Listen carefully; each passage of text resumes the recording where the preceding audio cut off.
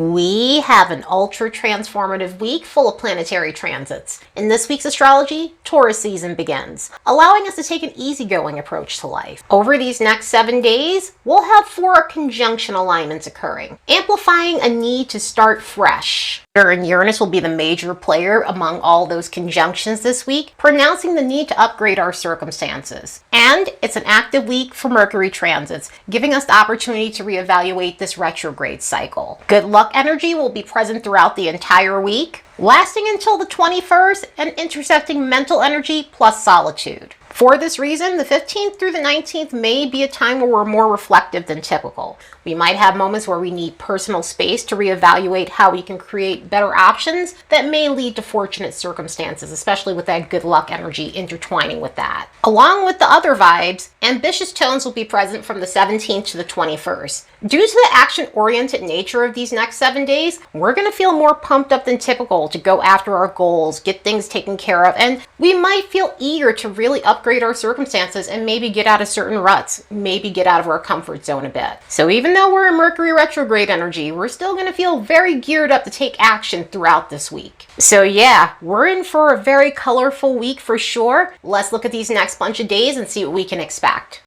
As a reminder, don't forget to like and subscribe because it helps this channel grow. And if you'd like to support the work of this channel, you could do so by buying me a fresh cup of coffee. There's a link in the description box below. The next 24 hours open up with 2 Mercury retrograde transits, which both have very different tones to it. Mercury's going to make a conjunction with Chiron, and Mercury's also going to be in a semisextile to Mars. With the Chiron stuff, the last time we saw this alignment was on March 20th, so it can bring up themes on working on having a healthier mindset. In other words, maybe we're needing to clear our mind of toxic inner dialogue. Sometimes this could look like a lot of self-doubt. Sometimes this could look like limiting beliefs or being overly critical of others, because sometimes this can transfer over to others and we may be working on that at this time. That way we're letting go of a judgmental attitude. Socially, this may give us the urge to have healthier conversations, and by that, this may be a time where we're healing certain things within our interactions with others. Maybe it's a time of mending fences with people. Maybe it's a time of also being someone who's encouraging to someone else who may be having a lot of toxic inner dialogue that needs some reaffirming that they're a great person, that needs a pep talk basically. So it could be a period of encouraging someone else. Another great thing with this is, even though Mercury retrograde is associated with jumbled thinking, a vibe like this helps us clear our minds. And so if we've been confused about something during this Mercury retrograde, this may be a time where we're having a moment of clarity and we're able to make sense of something that seemed out of sorts, or even make sense of something that might have been bothering us during this retrograde. Unlike the last alignment with Chiron, the 16th brings us a Mercury-Mars transit that can be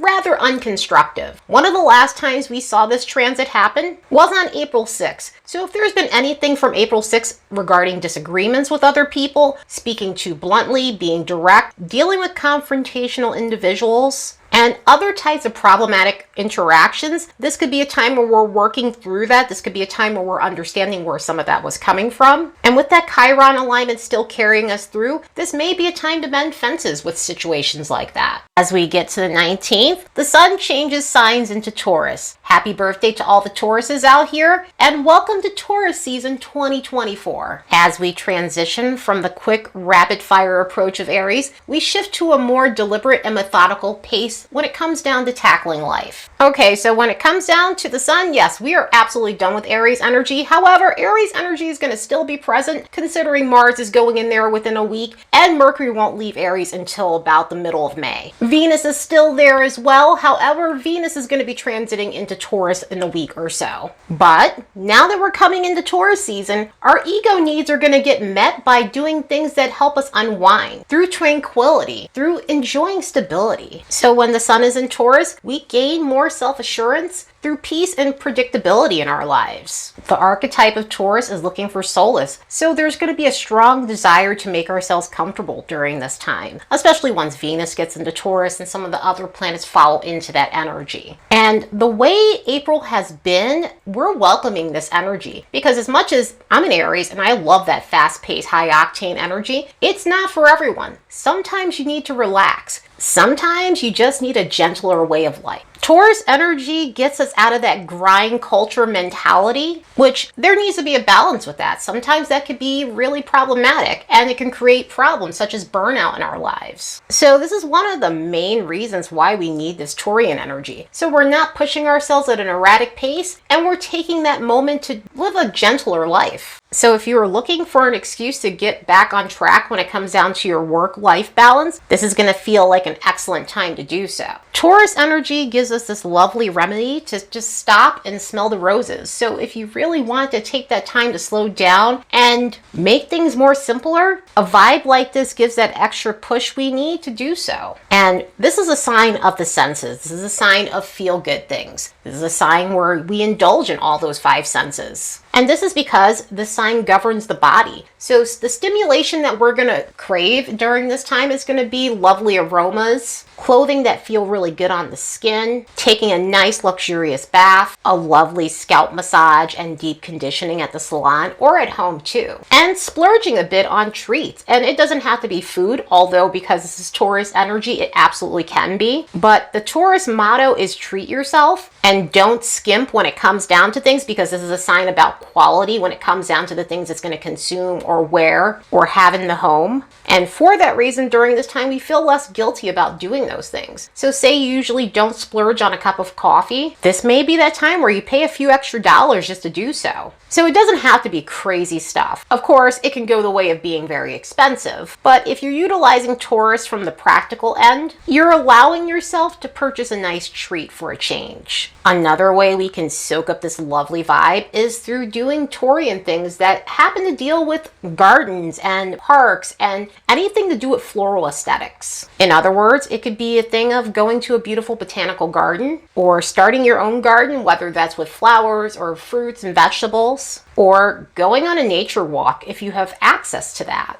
And even if you don't, there are so many ways to become one with nature within this energy. In the Northern Hemisphere, this is a time where people start planting herbs and vegetables and fruits and flowers, because this is a good foundational point for a seed to thrive during a Taurian season. So this could be a time to create a botany habit, even if it's starting off with a few plants. Another Taurian thing that this can amplify is other types of Venusian activities. Typically, the side of Venus that we associate with art is with Libra. However, some of those rules do apply when it comes down to Taurus. So this could be a time of gallery hopping. This could be a time of art appreciation. It could be a period of going and doing cultural activities. But one main Taurian theme it could be is going out and dining at some of these really nice restaurants that you might have around you. So the sun being here and Venus soon to follow within a week could be a nice excuse to treat ourselves to a cool dining experience. Another Taurian thing that can come up during this time is working on internal validation rather than the external stuff that a lot of the times we seek. I'm not saying that we won't seek that type of stuff in Taurus energy. However, Taurus energy is about internal worth, self-respect.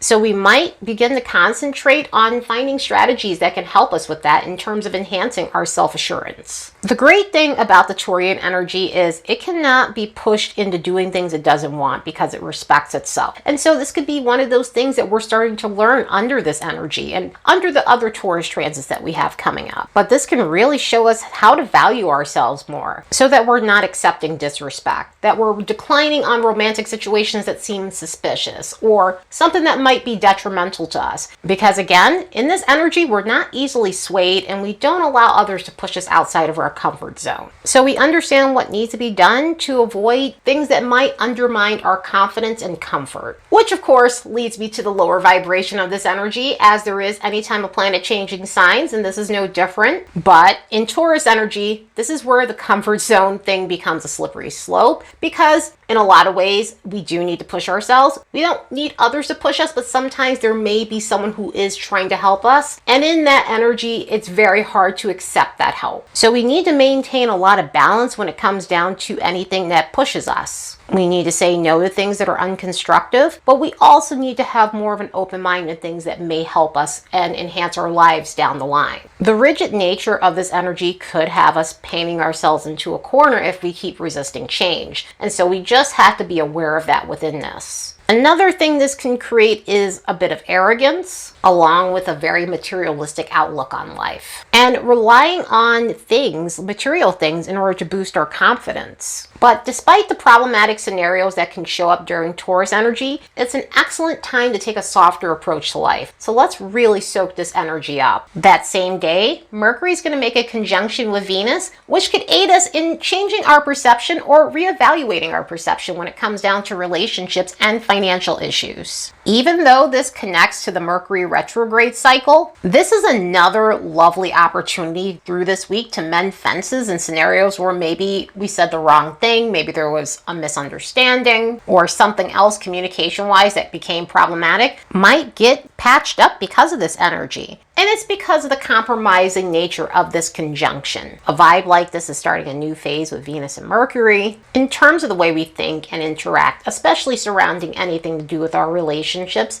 and the way we speak with ourselves as well. But this puts a pleasant tone in the air. For this reason, we end up taking a lighter approach to different types of relationships. Our connections tend to be a little bit more engaging and healthy, and also upbeat, also really humorous, making for a day of really enjoyable communication. Romantically, this can really up the charm when it comes down to flirtation, when it comes down to some of our amorous exchanges. So it tends to enunciate the need to be flirtatious, whether that's face-to-face or texting or on social media. We get a large dose of romantic undertones with an energy like this. A vibe like this can also help us in terms of creating some sort of game plan when it comes down to our financial situations. And this is because it gives us a really big boost of mental clarity and the ability to solve complicated problems. And so this can translate into our relationships and, of course, professional life and other financial matters. The 21st is a jam-packed day full of planetary transits and the last two conjunctions of the week. Jupiter is going to make a conjunction with Uranus, which it hasn't done since 2011. So it's been about 13 years since these planets got together in this type of format. This time around, we're doing it in Taurus, and that last time, January 4th of 2011, was in the sign of Pisces. And this marks a new cycle between Jupiter and Uranus. So this would be considered a new moon phase between these planets. And like new moons, eventually we're going to start seeing their pattern unfold. We're going to start seeing the themes really unfold. Not that we wouldn't see it around the 21st. Well, as a matter of fact, Jupiter and Uranus have been traveling together, closer together since the summer of 2023. So some of the stuff has been forming a bit. But once they start going towards their semisextile, semi-square, sextile, square, and so on, we'll really start seeing those themes unfold.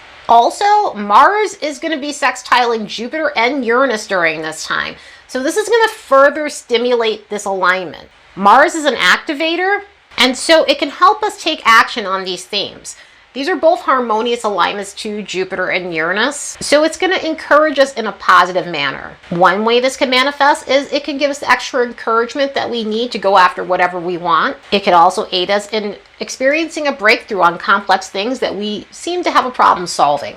And this combination with Mars stimulating both those planets, it can give us the stamina we need to push through things that we may have put on the back burner, leading to taking action in an inventive way and pulling ourselves out of very stale periods. But in terms of what this is going to create, it's going to start a new cycle in terms of the need to advance more. And some of these advancements through these periods can become sudden. And this has a lot to do with the go for the gold nature of Jupiter, combined with Uranus's need to shake things up. So all this combined can help us in terms of having a moment where we get a sudden flash of insight and a solution to how to work on something that seemed very complex. A vibe like this could also give us the nudge needed to find ways to be more independent and step in our authenticity. So this can get us on the path of really being ourselves. Under this influence, we might feel more open-minded than normal because we're ready to reach new heights. We're ready to see what else is out there. We'll feel more ready to dive into far-out concepts healthily, Obviously, there's a lower end to this too that we do need to be aware of course, but on the healthy end, this can help us in terms of understanding cutting edge perspectives of things, which will also help us get in a more enthusiastic mood in terms of what the future holds. So this could be a time of considering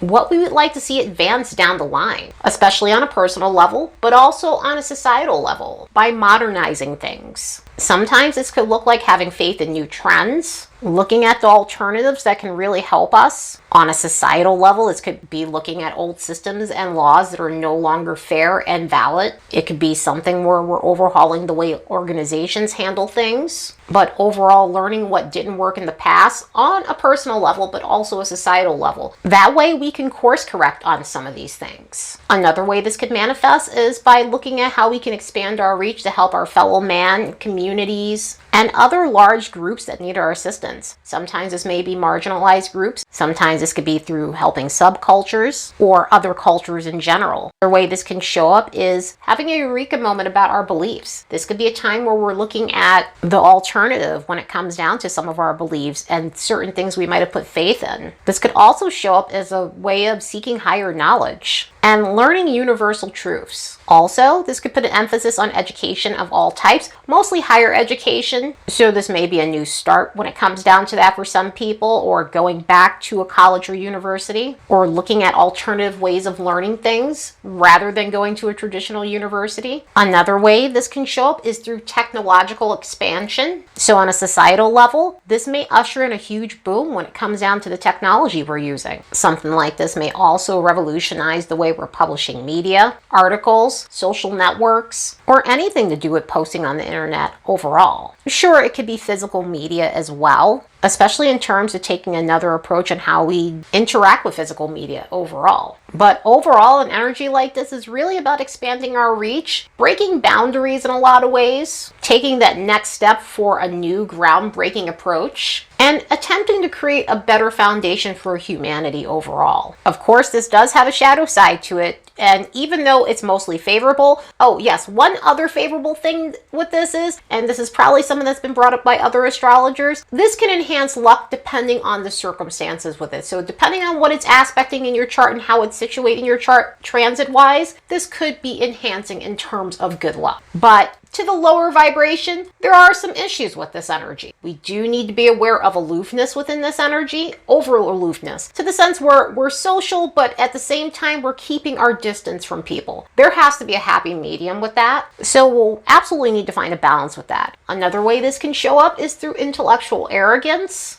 And in some ways, just a lot of superiority and godlike complexes that might develop in this on a societal level. There's this thing with these combinations where, you deal with people who need to be right so badly that they may sway things in their favor, especially if their opinion is tied to it and beliefs being tied to anything like this. Also, for those who are self-proclaimed geniuses, this could be a problematic thing within this energy. And again, the superiority part and godlike complexes that do come up within this. But for the most part, all the favorable revolutionary change that comes with this is always great. Obviously, there's some problematic stuff, but there's also a ton of good stuff that's going to come out of this. And so this is going to be unfolding over the years. This is not something that's going to happen right away. We might see some events occur, of course, during this time. We have seen some events related to this occurring during this time, but it is going to take time for something like this to unfold. It does not happen overnight. We'll get a nice little peek of this once we get to the semisextile,